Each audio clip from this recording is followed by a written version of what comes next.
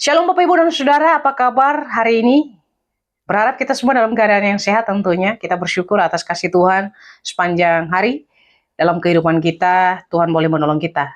Mari kita bersatu dalam doa sebelum mendengarkan firman Tuhan. Bapa di dalam surga, kami memohon pertolongan-Mu untuk kami fokus mendengarkan sabda kebenaran firman-Mu hari ini, supaya hidup kami berkenan untuk menyenangkan hati Tuhan. Dalam nama Tuhan Yesus kami berdoa. Amin. Firman Tuhan terambil dalam Matius 4 ayat 4. Beginilah firman Tuhan. Tetapi Yesus menjawab, ada tertulis, manusia hidup bukan dari roti saja, tetapi dari setiap firman yang keluar dari mulut Allah. Banyak dari kita sering memulai tahun dengan semangat yang baru, resolusi yang baru, dan daftar keinginan yang panjang sekali.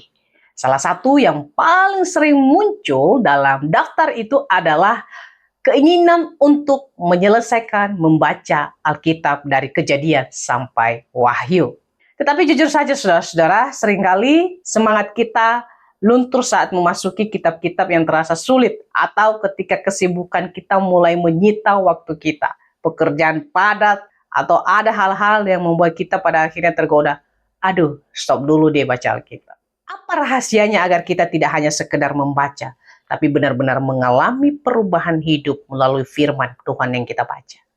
Rahasianya bukan terletak pada seberapa cepat kita membalik halaman kitab kita, melainkan pada bagaimana kita membiarkan firman itu berakar dalam hati kita. Yesus sendiri mengatakan kepada kita dalam bagian Matius 4 ayat 4. Dia berkata, tetapi Yesus menjawab, ada tertulis, manusia hidup bukan dari roti saja, tapi dari setiap firman yang keluar dari mulut Allah. Maka di sini Yesus mau menjelaskan kepada kita, Yesus sedang menegaskan bahwa Alkitab bukan hanya sekedar buku sejarah atau kumpulan tulisan biasa atau aturan kuno, tapi pada waktu kita membaca Alkitab itu adalah sebuah kebutuhan bagi roh kita. Sama seperti tubuh kita akan lemas tanpa asupan karbohidrat, setiap hari roh kita pun akan layu tanpa asupan firman. Maka rahasia sukses dalam menyelesaikan Alkitab 1 tahun bukan tentang disiplin yang keras semata-mata hanya karena merasa bersalah, kemudian kita mau membaca Alkitab. Melainkan kita memiliki rasa lapar dan menyadari bahwa setiap ayat adalah nafas hidup kita. Maka membaca Alkitab bukan lagi menjadi beban, melainkan sebuah kebutuhan yang mendesak. Mengapa kita harus membaca seluruh Alkitab, saudara-saudara? Karena dari Kejadian sampai Wahyu, Alkitab menceritakan tentang satu pribadi, yaitu Yesus Kristus. Yesus adalah Logos yang menjadi daging. Alkitab adalah potret diri Yesus.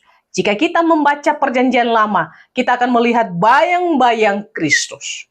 Jika kita membaca Perjanjian Baru, kita melihat janji itu digenapi. Membaca Alkitab 1 tahun penuh berarti kita sedang berjalan bersama Yesus setiap hari. Tujuan akhir kita bukan sekedar tamat membaca, melainkan menjadi semakin serupa dengan Dia.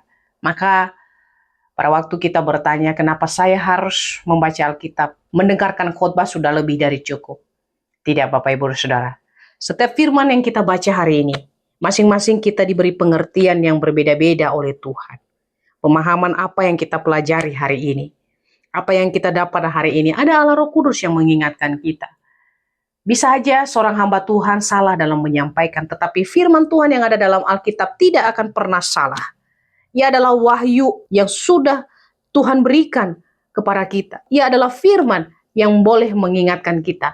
Maka hari ini jangan sia-siakan waktu kita untuk tidak membaca Alkitab. Karena belum tentu hari esok punya kesempatan bagi kita untuk membaca Alkitab. Maka jikalau hari ini Tuhan memberi kita kesempatan, marilah kita berkomitmen benar-benar untuk membaca Alkitab. Saudaraku yang terkasih, maka bagaimana kita menemukan harta berharga dalam setiap firman Tuhan yang kita baca hari ini?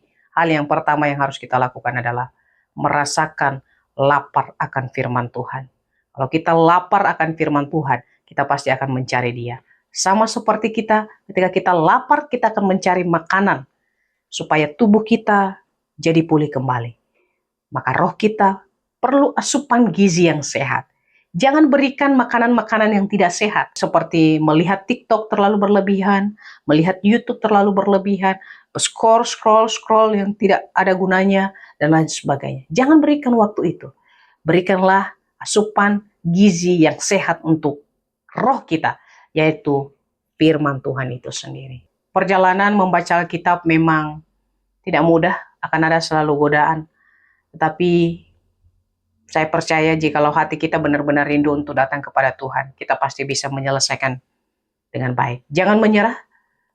Jika kita hari ini sempat tertinggal, jangan khawatir, lanjutkan lagi, bangkitkan kembali, mulai lagi bersama dengan Tuhan. Sebab di ujung perjalanan ini yang kita dapatkan bukan sekedar gelar, sudah tamat nih baca Alkitab, bukan, melainkan hati yang dibaharui dan pengenalan yang benar akan Tuhan. Mari kita berdoa. Bapa di dalam surga, terima kasih untuk firman-Mu. Berkati setiap kami, komitmen kami yang kami rencanakan untuk menyelesaikan baca Alkitab, Tuhan teguhkan terus, supaya kami semakin hari semakin lebih semangat dalam mendengarkan sabda kebenaran firman. Dalam nama Tuhan Yesus kami berdoa. Amin.